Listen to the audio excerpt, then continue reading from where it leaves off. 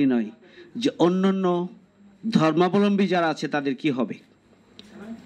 ইসলামে যেহেতু পারিবারিক আইন থেকে শুরু করে এটা একটা পূর্ণাঙ্গ ব্যবস্থাপনা আছে, এর বাইরে ভিন্ন ধর্মে যারা বিশ্বাস করে আমি মনে করি তাদের সাথেও বসা উচিত।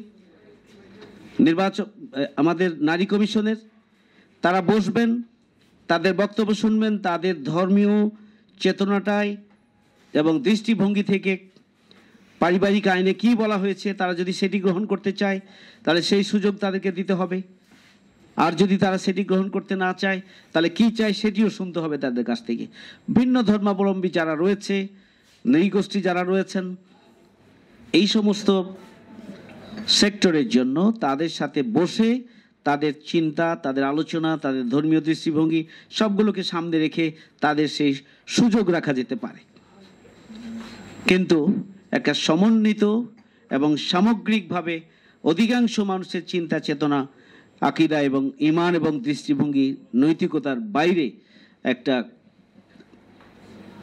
কমিশন যা আগামী দিনের সমাজ এবং পরিবারকে ধ্বংস করবে এই ধরনের কোনো রিপোর্ট এটি গ্রহণযোগ্য হতে পারে না।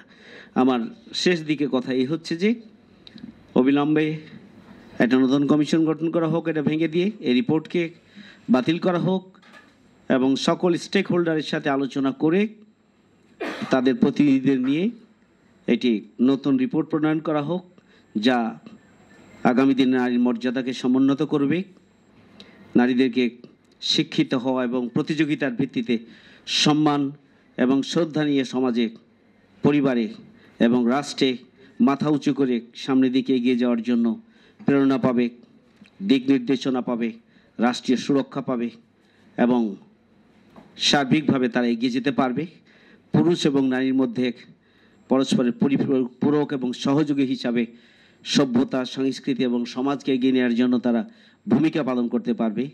সেই ধরনের একটি নারী নীতি প্রণয়নের জন্য নতুন কমিশন গঠন করা হোক এবং এর মধ্য দিয়েই আমি মনে করি আমরা নতুন বাংলাদেশ বিনির্মাণে নারী পুরুষ নির্বিশেষে আমরা এগিয়ে যাওয়ার একটা পথ আমরা পাবো ইনশাআল্লাহ।